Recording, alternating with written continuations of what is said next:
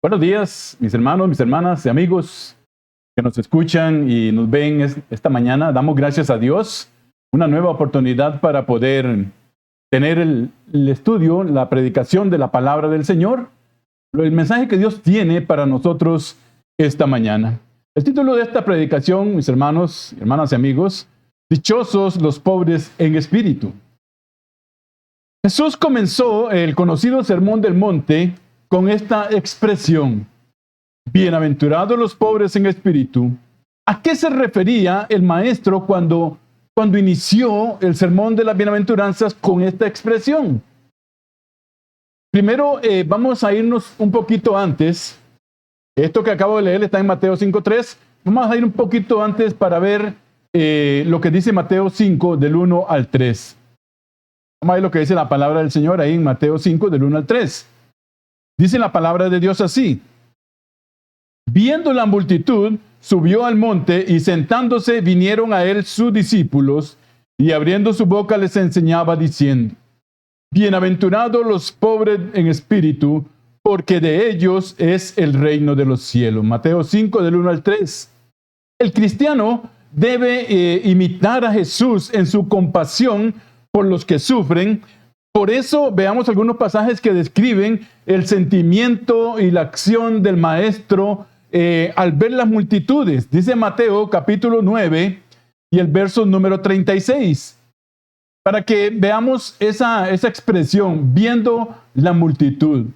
Dice la palabra en Mateo 9:36, y al ver las multitudes, tuvo compasión de ellas porque estaban desamparadas y dispersas como ovejas que no tienen pastor.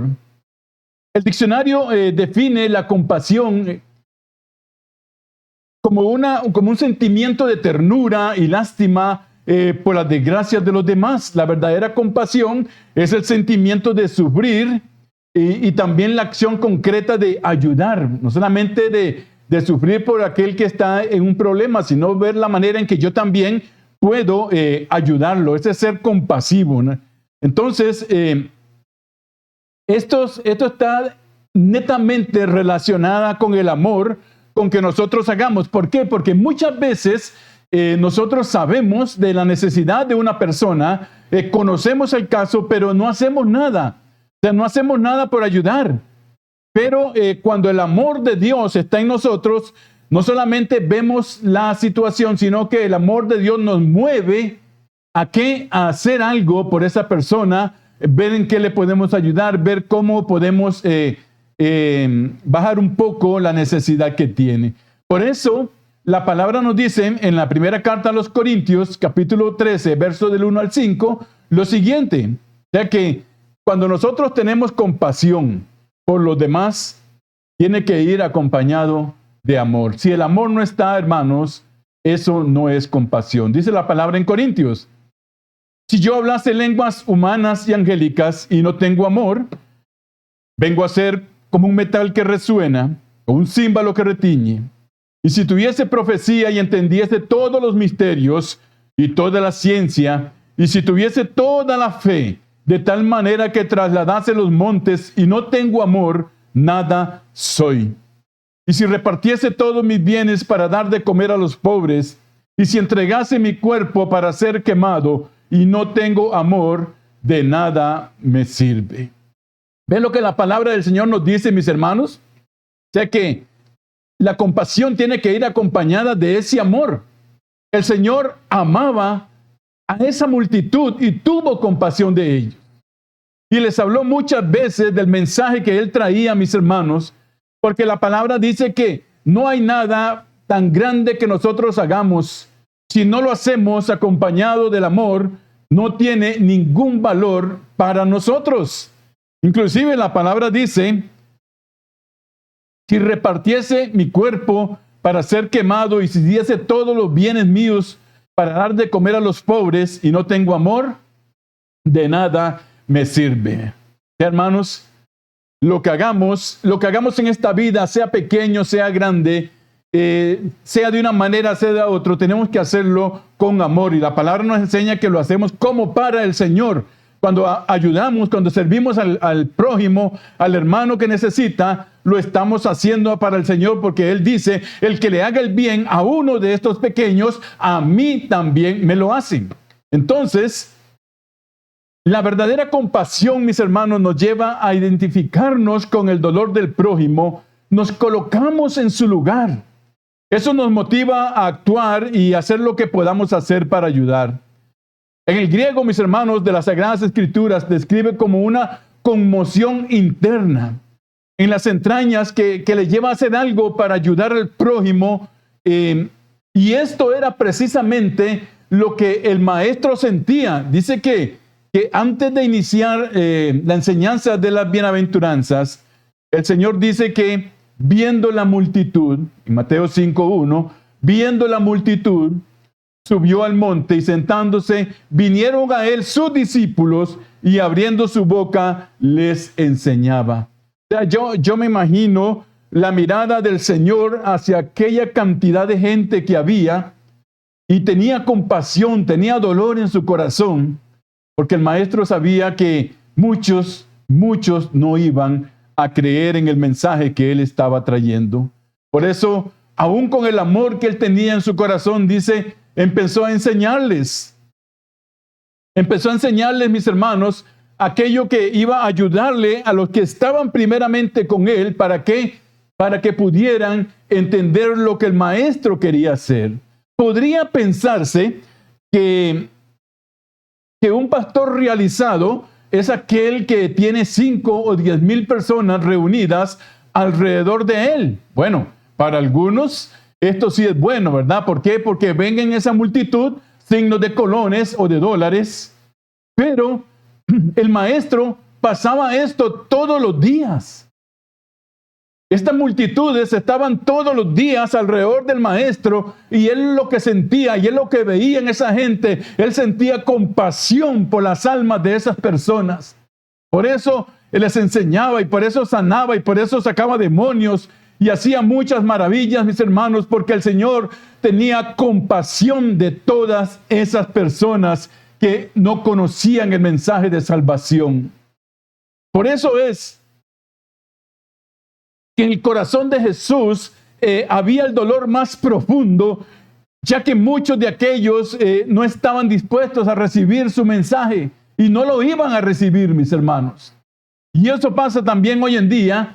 No todos van a recibir el mensaje que nosotros les demos, pero uno u otro sí lo hará. Y eso es importante, porque la palabra dice que hay una fiesta en los cielos cuando un pecador se arrepiente. Entonces, tenemos que predicar la palabra del Señor. Para algunos, vamos a ir entonces a esa palabra que el maestro dijo. Bienaventurados los pobres en espíritu.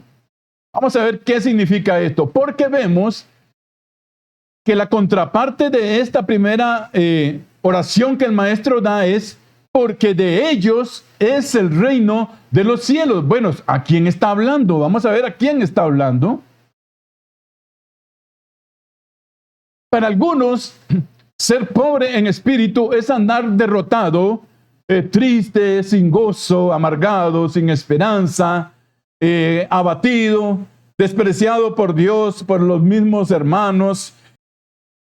Y para otros, que es todo lo contrario, el ser rico espiritualmente es pues saber mucho, es ser un intelectual, saber mucho de Biblia, tener muchas posesiones, mucho dinero, muchos bienes materiales, tener los primeros lugares en las reuniones de las iglesias donde estén, que todos deben obedecerle por lo que sabe.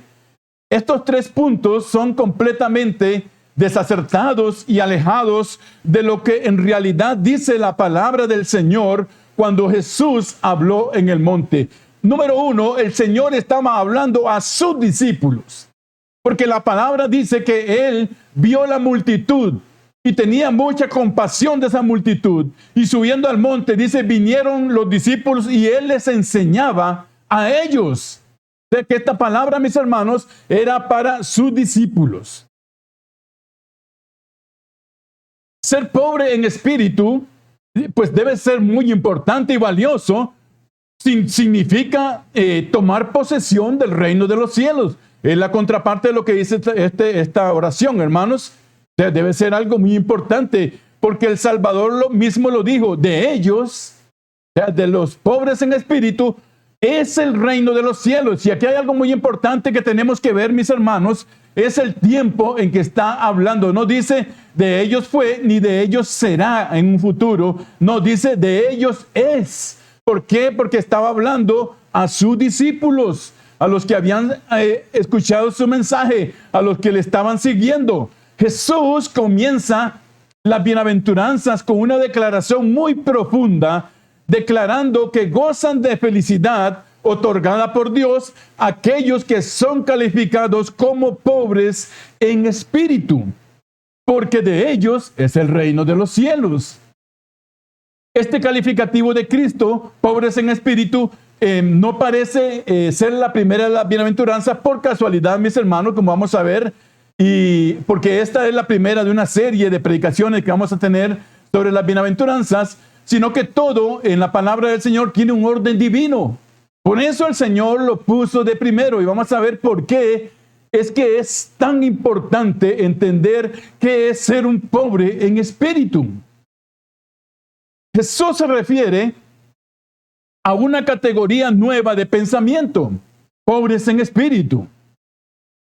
Era de esperar que aquella multitud que le rodeaba estaban sumergidos bajo el yugo del Imperio Romano, estuviesen anhelando un rey político que lo libertara de su pobreza y de su desgracia económica. Es más, al maestro no le creyeron porque precisamente el pueblo de Israel esperaba un rey, pero un rey con poder, un rey que iba a libertarlos por completo, que iba a tomar posesión de todo, que iba a quitar a todos los que estaban, pero eso no era lo que estaba en la palabra del Señor. Por eso ellos no le aceptaban. Ellos no aceptaban que aquel niño que nació en Belén, en aquel pesebre, que ese fuera el Mesías, que ese fuera el Hijo de Dios. Por eso, hermanos, ellos, aquella multitud que estaba ahí, estaban muchos, como les he enseñado en otras ocasiones, con muchas necesidades propias, pero muchos no iban por el mensaje que el Señor traía, mis hermanos. Ellos querían un rey que los libertase del yugo donde estaban oprimidos. Muy probable que muchos de ellos no entendieron para nada el concepto divino de ser pobres en espíritu.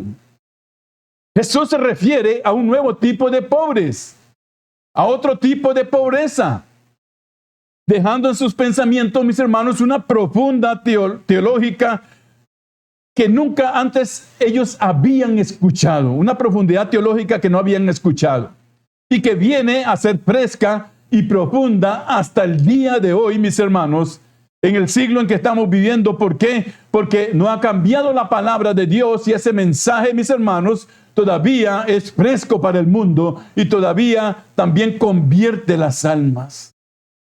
Ser pobre en espíritu significa un vacío total en el corazón humano. Es tener sed de Dios y una comprensión profunda de que nuestras más sublimes obras de piedad no son méritos que nos permitan alcanzar cierta bondad divina. Es comprender nuestra naturaleza pecaminosa, es sentirnos débiles y minados por el cáncer del pecado. Pobres en espíritu, mis hermanos, es estar conscientes de la pobreza espiritual que hemos heredado por una rebelión que comenzó hace siglos en el huerto del Edén. Y que todos somos parte de esa rebeldía, según dice Romanos 3:23. Que necesitamos estar viniendo, o sea, ser pobre en espíritu es reconocer que necesitamos estar viniendo a cada momento hasta el Salvador para recibir esa ayuda, porque separados de Él nosotros nada somos, nada podemos hacer, dice la palabra del Señor. Necesitamos entender que ser pobre en espíritu, que necesitamos de Dios en todo momento para ser consolados. La palabra nos dice en el Salmo 94 y el verso número 19: cuando mis inquietudes se multiplican, dentro de mí. Vean pongan atención a la palabra del Señor. Cuando mis inquietudes se multiplican dentro de mí, tus consuelos deleitan mi alma. Por eso el Señor dice, ¿por qué estáis afanados si yo le doy nido y alimento a los pájaros, si yo he visto las flores en el campo, si yo tengo cuidado de todo lo que fue creado para mí? ¿Por qué usted está afanado? ¿Por qué? Y vean la palabra preciosa del salmista. Cuando mis inquietudes se multiplican dentro de mí, cuando vienen los afanes, cuando vienen las cosas de este mundo, dice, tus consuelos. Gloria sea el nombre de Cristo. Bendito sea el Señor. Tus consuelos no solamente me consuelan, deleitan, dice la palabra, deleitan mi alma. Por eso, mis hermanos, nosotros como hijos de Dios, cuando nos levantamos en la mañana, nuestra primera el acto que tenemos que hacer es darle gracias a Dios y empezar el día alabando al Señor y bendiciendo su nombre y esperando que el consuelo de Dios para nosotros, el deleite para nuestra alma, porque vamos a tener acechanza del diablo, pero la palabra de Dios es preciosa. Dice, cuando yo me afano, cuando yo estoy inquieto, cuando tengo esa ansiedad en mi corazón, en mi alma, en mi mente, dice, tus consuelos deleitan mi alma, tus consuelos me tranquilizan, tus consuelos vienen a ser esa agua que corre dentro de mí. Por eso, mis hermanos, ser pobre en espíritu es reconocer que necesitamos de Dios en todo momento y que nada de lo que tenemos es nuestro, sino que todo proviene de nuestro Salvador Jesucristo. Reconocer, hermanos, que Jesús es nuestra fortaleza y auxilio en medio de las tribulaciones. Ahora vamos a ir entendiendo, hermanos, lo que el Señor les estaba diciendo a sus discípulos. Bienaventurados los pobres en espíritu. Vamos entendiendo, veamos lo que dice la palabra, reconocer que Jesús es nuestra fortaleza y nuestro auxilio en medio de las tribulaciones. Salmo 73 y el verso número 26. Gloria sea al Señor por su palabra. Dice ahí, podrán desfallecer mi cuerpo y mi espíritu, pero Dios fortalece mi corazón. Él es mi herencia eterna. Entonces vemos, hermanos, que cuando estamos hablando de ser pobre en espíritu, no se está refiriendo a ninguna acción de este mundo, ni a nada que nosotros podamos hacer, ni a nada material. Está hablando del espíritu.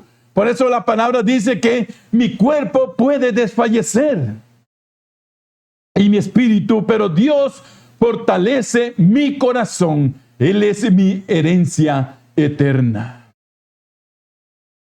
¿Has venido con las manos vacías a la presencia del Señor alguna vez? Diciendo, Señor, aquí estoy, yo necesito de ti, oh Padre, yo ya no puedo más, yo ya no aguanto más, Señor, ya estoy llegando, aquí estoy delante de tu presencia. Señor, mira, como el salmista decía, Señor, por favor, mira a tu siervo, ten compasión de tu siervo. ¿Alguna vez hemos llegado delante de la presencia de esa manera, mis hermanos? Miren, cuando lo estamos haciendo, estamos siendo pobres en espíritu. Porque reconocemos que no tenemos nada humano que presentarle al Señor, sino recibir su gracia, mis hermanos, recibir su amor, recibir su consuelo. Y por eso nosotros le alabamos y por eso le damos gracias por lo que Él primero nos da a nosotros, pero no es lo que nosotros hacemos por Él. ¿Podemos entender esto? No es lo que hacemos por Él, es que Él nos amó, Él nos dio y nosotros le alabamos por lo que entonces Él trajo a nuestro corazón y a nuestra vida. O quizás piensas que tienes buenas obras y un testimonio digno para sentir que mereces la vida eterna. Sí, no, yo leo la palabra todos los días, yo oro también todos los días. Sí. Yo soy bueno, yo no salgo, yo no hago nada malo.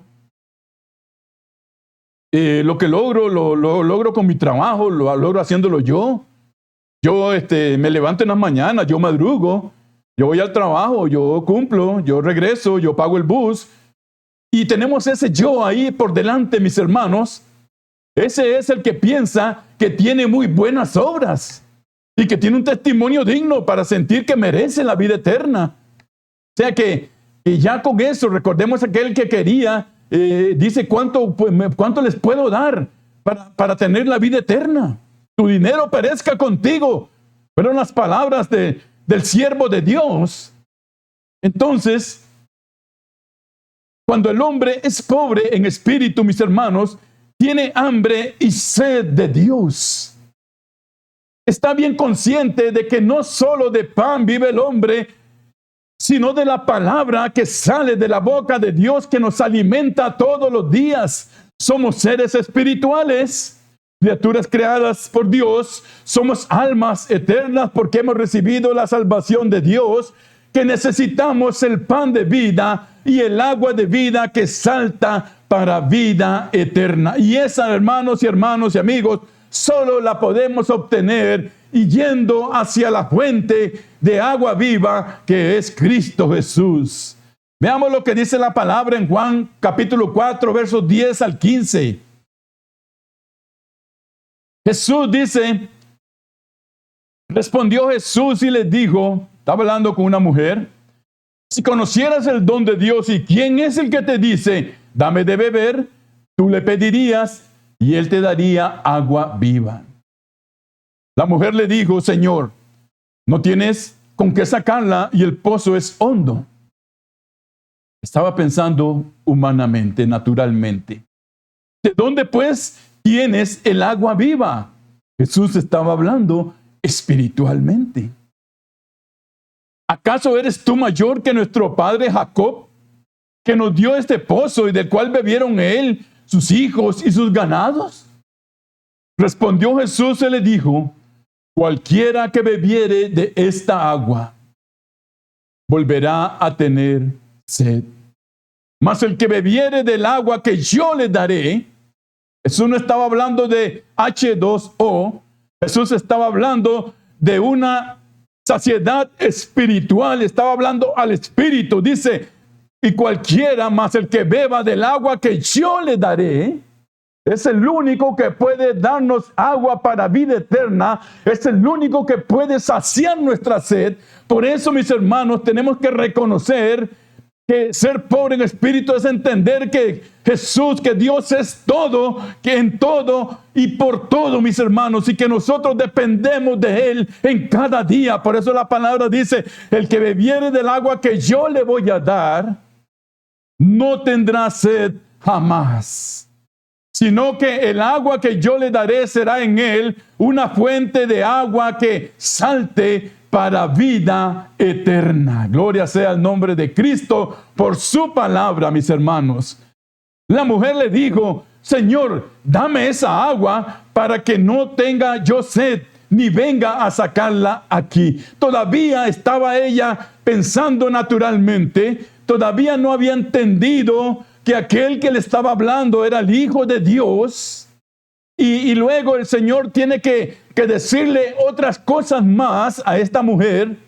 Y ella entendió verdaderamente que el que estaba ahí no era cualquiera.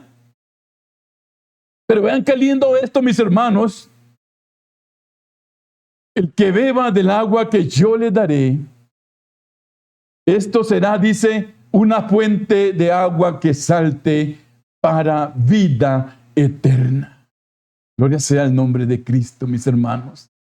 Y esa agua, mis hermanos, que debe de correr por nosotros, solo la encontramos cuando reconocemos, mis hermanos, nuestra debilidad, cuando reconocemos que somos débiles, que no tenemos fuerzas, cuando reconocemos que no podemos hacer ningún mérito para alcanzar el favor de Dios, cuando reconocemos, mis hermanos, que nosotros somos lo más pequeño ante la grandeza y magnificencia de Dios. Cuando reconocemos esto, nosotros vamos a ir a esa fuente de agua, siendo pobres en espíritu, reconociendo mi condición, reconduciendo de que aunque Dios ya me salvó, aún yo vivo en esta carne y necesito día a día ir hacia esa fuente para que salte dentro de mí como una fuente de agua para vida eterna, mis hermanos. Y si no lo hacemos, nos vamos a estancar. Nos vamos a estancar. Y esa agua ya no va a correr tan como dice la palabra, corra en nosotros, sino que va a estar estancada y se va a descomponer y no va a hacer el trabajo que tenga que hacer en nuestras vidas. Gloria sea el nombre de Cristo. ¿Soy yo pobre en espíritu o tengo tantos méritos que no necesito nada de Dios? Veamos algunas características, mis hermanos, de un pobre en espíritu. Siempre es humilde ante sus propios ojos y ante los ojos de Dios. No se exalta a sí mismo. Veo que está apuntando, ¿verdad? No es orgulloso a pesar de que pueda ser considerado insignificante para otros. Él ve todo como la voluntad de Dios y se goza de que se le permita compartir los sufrimientos de Cristo. El mayor ejemplo de humildad lo dio nuestro Señor y Salvador Jesucristo, mis hermanos. Vean lo que dice la palabra en Isaías, capítulo 53 y el verso número 7. Angustiado él, ¿quién? Cristo. Y afligido, no abrió su boca. Como cordero fue llevado al matadero, y como oveja delante de sus trasquiladores, enmudeció y no abrió su boca. Entonces, aunque al maestro también le quitaron su dignidad, lo bajaron, lo vituperaron, lo ofendieron, lo hicieron sentirse el más bajo, mis hermanos, pero dice que más bien esto para nosotros debe ser gozo, de que se nos permita también a usted y a mí compartir los sufrimientos de Cristo. Aleluya, bendito sea el nombre de Cristo, alabado sea Él. No dijo nada, enmudeció en una actitud de obediencia y de humildad al mandamiento del Padre por el cual había sido enviado a este mundo, mis hermanos. Por eso, cuando te ofendan, cuando te digan cosas, cuando te menosprecien, la palabra del Señor dice que tenemos que orar por esas personas y amarles. Eso hizo el Maestro. En medio de su mudez, de que no abrió su boca, Él les estaba amando. ¿Por qué? Porque estaba entregando su vida para abrir ese camino, para que todos aquellos que también le estaban matando, todos aquellos que le estaban ofendiendo, pudieran tener una oportunidad de salvación. Tanto era el amor del Maestro, gloria sea su nombre. Pobre en espíritu se vuelve natural para él ser pobre, en seguir el camino del Cordero. La humillación se convierte en su alimento diario. La exaltación es su recompensa. Dice la palabra en primera carta de Pedro, capítulo 5 y el verso 6. Humíllense pues bajo la poderosa mano de Dios para que Él los exalte en su debido tiempo, para que Cristo nos exalte, mis hermanos, no para que el mundo me exalte, ni mi esposa me exalte, ni el esposo, ni mi hermana, ni mi conocido, ni mi compañero, no, para que sea Cristo el que me exalte a mí cuando sea, dice, su debido tiempo, cuando sea el tiempo de Cristo, gloria sea su nombre. Pero antes, dice, nosotros tenemos que estar humillados bajo la poderosa mano de Dios, mis hermanos, reconociendo que no somos nada sin Él. Amamos hacer todo el trabajo y en lo oculto y no recibe. El pobre en espíritu no quiere recibir el favor de los hombres, mis hermanos, sino que cuando recibe la respuesta a su oración en oculto, da gloria a Dios y da testimonio de quién hizo la obra en él. Ama ocupar el último lugar, no porque desee ser el menos estimado, sino porque precisamente piensa que ese es el lugar que le corresponde. Dice la palabra en Filipenses 2:3, nada hagáis por contienda o por vanagloria, antes bien con humildad, estimando cada uno a los demás como superiores a sí mismo. Es reservado en su conducta, no es agresivo ni exigente. Ama renunciar a sus ventajas para el beneficio de los demás, como dice Filipenses 2:4. No busca ser alguien grande, tampoco en lo terrenal como en un nivel espiritual, mis hermanos, sino que busca agradar a aquel que lo llamó como su discípulo, como su siervo para servirle. Su único deseo es hacer la voluntad de Dios en todo momento. No busca ganar influencia con las personas, sin embargo, su anhelo es que las personas puedan estar bajo la influencia de Dios, como dice la palabra en Corintios 2:1. El tiempo es precioso para él, no tiene nada que perder. Sin embargo, él está en calma y nunca es llevado para hacer nada a la prisa. Se santifica a sí mismo para que otros, con su ejemplo, puedan santificarse también en Cristo Jesús. Dice la palabra en la primera carta a Timoteo, capítulo 4 y el verso número 16. Ten cuidado de ti mismo y de la doctrina. Persiste en ello, pues haciendo esto te salvarás a ti mismo y a los que te oyeren. Vean la palabra del consejo de Pablo a Timoteo. Le dice, primero cuídate a ti mismo. Cuida la doctrina que tienes, cuida la enseñanza, cuida lo que has recibido. Pues haciendo esto te salvarás a ti, o sea, vamos a estar seguros de la salvación y también a los que nos oigan. Un pobre en espíritu se niega a sí mismo para que su vida no sea de ninguna forma una ofensa para los otros, mis hermanos. Está satisfecho, mis hermanos, con la cruz que Dios le ha dado a cargar y no se queja cuando otros le molestan. Vean las cosas que significa ser un pobre en espíritu. No retrocede en los sufrimientos de Cristo, porque después de que él mismo haya sido probado, puede ayudar también a otros, mis hermanos. Es feliz donde quiera que Dios lo pone, ya sea el trabajo que sea o en su iglesia, ya sea en la multitud de bulliciosas o en un lugar solitario, porque se encuentra con Dios en cada lugar al hacer su voluntad. De hecho, mis hermanos, le da un gran valor de que donde sea que está o ha estado, los otros encontrarán solo la verdad en Él. Gloria sea al Señor, mis hermanos. Ningún trabajo es insignificante para el que es pobre en espíritu. No discrimina y es servidor de todos. Está dispuesto a pisar las espinas solo para poder consolar también a los demás, mis hermanos. La pobreza en espíritu es algo por lo que hay que luchar. Bienaventurados, dice el Señor, los pobres en espíritu, porque de ellos es el reino de los cielos.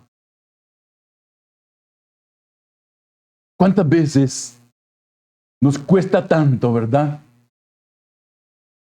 Nos cuesta tanto humillarnos, no solo ante Dios, sino también ante el prójimo. Y cualquiera que me diga algo, pues yo también le respondo igual y ya, listo, ya arreglé el problema. No, eso no es ser pobre en espíritu. Ser pobre en espíritu es reconocer, mis hermanos, que me equivoqué y que pueda yo poder pedir perdón por lo que he hecho. Ahora entendemos entonces lo que el Señor quiso decir con esta primera bienaventuranza. Bienaventurados los pobres en espíritu, porque de ellos es el reino de los cielos. Si usted ya tiene el reino de los cielos en usted, si son suyos, pues entonces usted es un pobre, una pobre en espíritu. Que reconocemos que necesitamos del Señor en todo momento, mis hermanos. Y como vamos a ver en los siguientes domingos, todas las demás bienaventuranzas se amarran con esta primera.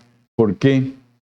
Porque para ser un pacificador, para llorar, para ser lo que las demás bienaventuranzas dicen, yo tengo primero que humillarme delante de la presencia del Señor y decirle, Señor, sí, aquí estoy. No puedo hacer nada por mí mismo para ganar nada de ti, pero aquí estoy delante de ti. Ayúdame. te necesito. Socórreme, consuela. La palabra del Señor sea bendita para cada uno de nosotros esta mañana, mis hermanos. Y yo creo que ser pobre en espíritu es algo que debemos perseguir todos.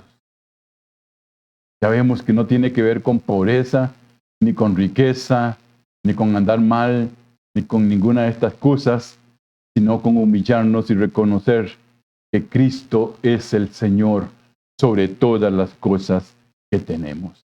Alabado sea el nombre de Cristo. Oramos esta mañana para finalizar.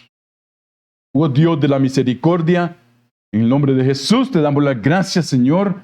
Bendecimos tu nombre, te alabamos, exaltamos, Señor, tu grandeza en medio de nosotros. Gracias por tu palabra preciosa, mi Dios, que ha venido a nosotros esta mañana por medio de tu Espíritu Santo y dándole el honor a tu siervo, Señor, el privilegio. Gracias, Señor, porque cuando tú vistes aquella multitud, tenías compasión de ellos. Y esto no debe de borrarse del centro de la iglesia. Nosotros también tenemos que tener compasión por los que están sin Cristo. Ayúdanos a ser compasivos con ellos.